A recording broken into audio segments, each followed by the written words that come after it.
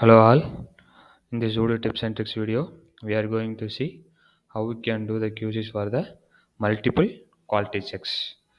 Let me open the QC model and explain you the scenario. I'm opening the quality checks.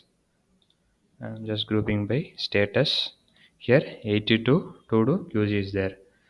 This is for a single product, manufacturing product. For single product we are having 82 components. So for every components it is the quality checks being created, so it will be time consuming whether we have to do the QC for every single components. So for that we face the issue and we found one solution.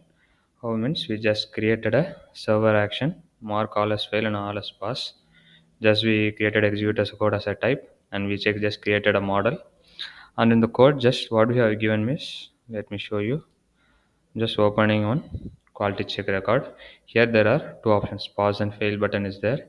We just given the pause function in a for loop for making all the record as pass, and for failing also the same thing we just given as a function of the fail button do fail, just be calling it for the multiple records.